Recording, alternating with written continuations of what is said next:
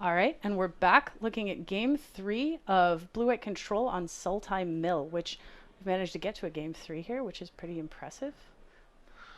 Yeah, you guys are lucky to have Urchin in the booth. She was like out there so fast and found us this great backup match. So it's worth noting actually that Guardian has a modern series over the summer, accumulated match points across the summer. Whoever leads at the end will get, I believe it's one of every fetch land. That sounds correct. And Gabriel here is our current leader. It is a tight race, but Gabe is currently in the lead. Is he? Does he mostly play blue-white control? No, actually, he's been. We're having this discussion in the last round of the last FNM we played, and he's been on cat combo for a while. Oh, And nice. I he has a theory, and I would agree with him that if he'd been playing another deck for a little while, he might be further in the lead. Oh, Um, he's a very good player. okay. But I think Blue White Control is a significantly better deck, and he looks like he's got a Lyra, a Path. I think we're on a mulligan, so we're gonna decide what to bottom. I think he had He's two one paths plains, one field of ruin, and and an one island. island. Yep. All right, And Jeremy, we Jeremy. cannot see any of his cards. Nope. Jeremy leading Vista. Get a basic. It's gonna be a snow-colored swamp, so we've got some swamp things going on. I don't know. Are we gonna see iceberg cantricks? I have no idea what's in Sultai Mill, so No, I imagine that the green is kind of a light splash. it's gotta be. So, scheming symmetry. Okay. Let's tutor. Seems good in a mill deck. Let's talk about this card because this is a new card on the block. Uh-huh. It is one black sorcery, I believe, from the core set. Each player gets to tutor a card to the top of their library. No reveal. The sorcery makes it a little difficult because the other player gets to draw theirs first, which is Some why Seb McKinnon art. it's beautiful, like everything. Chat archive trap incoming, very well read. Otherwise, I'm not sure why this line. I do remember Jeremy talking about how excited he was to play with Scheming Symmetry for that specific reason. You don't play a symmetrical effect unless you plan on abusing it. Oh no, not at all.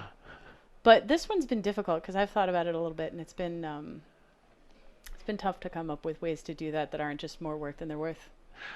So the real question is, if you're Gabe, do you just assume that Jeremy is going to bin whatever card you're searching for and you put something bad on top? I think so. Okay. I think you do. Well, it's But happening. yeah, all right, let's see what happened. I want to know what that top card was. I think Gabe might have the read, but he's made it a little bit hard to tell. I think it will be that if he flips these over. Okay, so he did search. It was Field of Ruin, I believe. All right. Gabe saw it coming, got a cryptic command lined up, but we are a long way off of that. This And a seems runed like halo. This seems like a tough matchup for Azorius control here. Yeah, I don't like his chances, but he pulled a game off, so... Is that a second runed halo? I wonder if he saw something in Jeremy's sideboarding of game 2. Maybe Jeremy's bringing in some pressure with, is it Jace's Phantasm? Well, can we bring up runed halo, actually? Yes. I believe it's protection from the named card.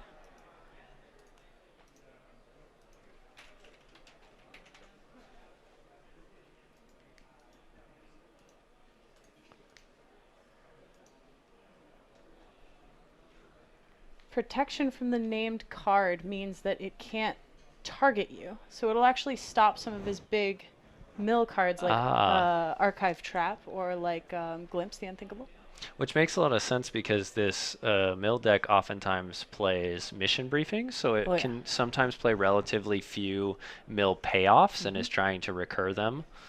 So Runed Halo might be able to hit actually quite a few in a case like that. It's functions a little bit like a Leyline of Sanctity. Leyline of Sanctity generally doing a lot of work against mill decks. And recently reprinted. Now's the time if you want that card.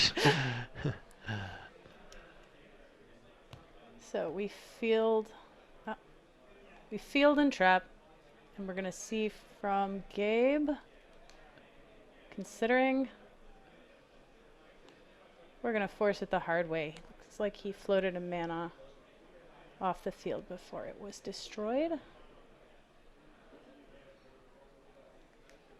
Exiling that archive trap, not that he doesn't have another one in case he mission briefings, but main phase Quaddle for a redraw. Blooming Marsh tapped. Maybe Jeremy not with another land to play.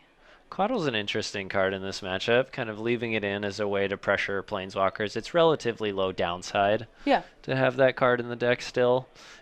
I mean, the chances of it getting there and you winning based on attacking with that seem fairly low, but yeah. I mean, I guess it is a way that you could win. Yeah, I'm betting on especially against a deck like blue-white that wants its card advantage, your mill plan is going to be a lot more effective. But it also, it blocks Colonnade. Good point. Oh, here we go again. You want to search your library? And notably, Jeremy is playing this into Cryptic Mana, so it could be a bait. You always kind of have to think about that when you're, you know, playing into Cryptic Mana. But Gabriel does have the Cryptic. Right. So, but I think intelligently here, he's not going to worry about the scheming symmetry specifically. I don't think that's where you want to go. Yeah, I agree. I think he wants to hit the archive trap that follows.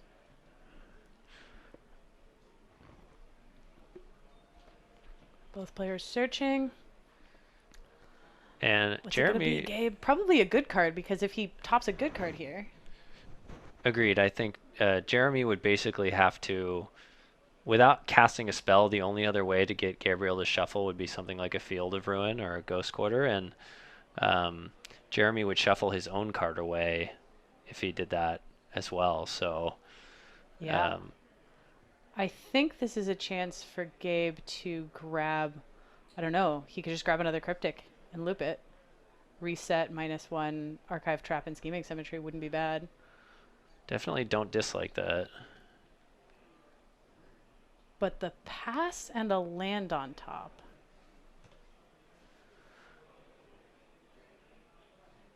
Huh. Yeah, it's a little surprising. The sub games here. Yeah, I think perhaps Lyra Dawnbringer. Jeremy with the resolute thumbs up. Does he have a plan for this? Lyra Dawnbringer eats trophy. Oof. Search for land. No Cryptic mana. Perhaps Jeremy signaled the archive trap to try to get Gabriel to top a brick, which is a pretty cool head game. But if we don't see an archive trap here, then I'm going to doubt it. Yeah, for sure. And interesting that Jeremy just wanted to take out the Lyra immediately. He does have the blocker, but I guess he just wants to make sure it gets off the board while Gabriel is tapped out. Yeah, but Lyra's first strike is going to make point. that death touch not useful. Ooh. Ashiok. So Jeremy is really punishing Gabriel here for that tap out. Yep. It's 4. Mill 4, exile your graveyard. I hope you weren't planning to use your Snapcaster. And of note, Jace in the cards exiled. So, you know, blue-white does play a relatively small number of threats. We've got the Colonnade, but does not line up well against Icefang Quaddle. All right, Rune Halo names Ashiok to stop the mill effect there. It's okay. That's a bit of a feel bad because Ashiok's passive is still quite good. Yeah. Though I'm not, I guess other than fetch lands and his own Field of Ruins, which we've seen at least one gone, I'm not sure how many search effects Gabe has left. Right. Probably not too debilitating here in any case. Mill 2. Path and Supreme Verdict. Thought Scour is like the gentlest of mill cards. just a little wee mill. Yeah, you just a couple off the top. Yeah. So we see Inquisition here, which is a little bit of a problem. Does Gabe have a white up? Because I believe a path on that Ice Fanquaddle. Ooh, he doesn't have a white up. This hurts because a path on that Ice Fanquaddle would unlock his colonnade to start bashing. And he's gonna actually really need to start bashing here. Oh. Protecting the path with a cryptic command on IOK. Yeah, I think that's the thought from Gabe. And Jeremy just goes for the attack. So he's like almost daring Gabriel to come in with the colonnade here. Yeah. I'm wondering what that's about. Because that's a free roll. Yeah, well, it's possible that he just wants him to tap low, and if Gabriel taps low, he's just ready to punish him. That's true. Gabe with a force in hand, but notably no other blue cards that I see. Yeah, he's got a second colonnade, but that force is hardcast or nothing, so he's just going to punch. Shields down over here. Let's see what Jeremy does with that opportunity. 2 mana up represents veto. Yeah, that's a good point. Although only sitting on, like we saw, the path and the Runed Halo in hand.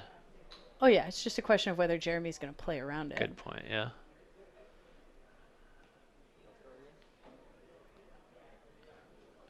I have many a time lost games by overplaying around counterspells. Yes. Too much respect. Okay. I detect a response. Yes. The plan is revealed. Path to exile targeting Ice Fanquaddle. Ice Fanquaddle down. Jeremy still gets to take the force of negation here from the IOK, though. That's not great. And he gets to see that Gabriel has nothing left. Right.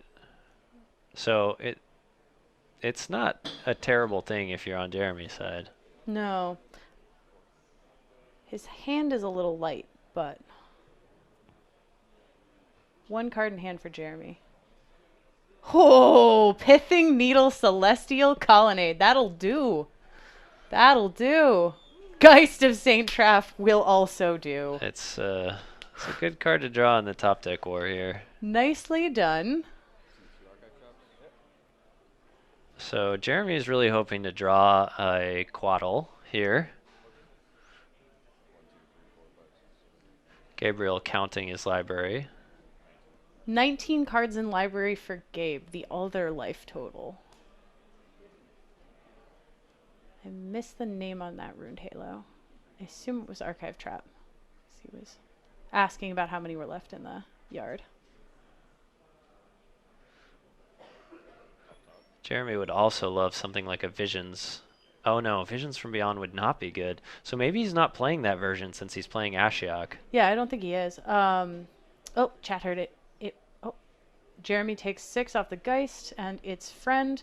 It was Archive Trap off the second Runed Halo. And chat, let me know how the natural sounds from the table compare to our voices, if people feel like those should be louder or quieter.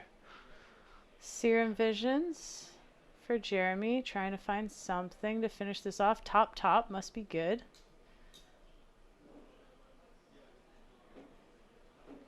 Tap in a green for an Astrolabe, draw a card. The best one of those two.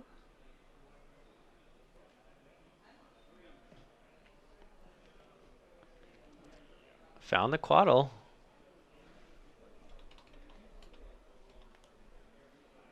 And a glimpse. Glimpse.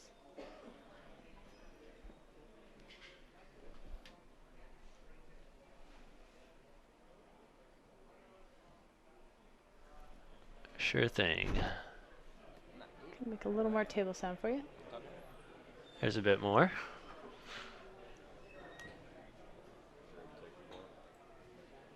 Quaddle blocks Geist. Jeremy takes 4 off of his friend.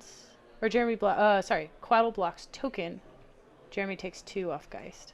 So Jeremy must be at I see. So Jeremy is at 4. Should be at 6.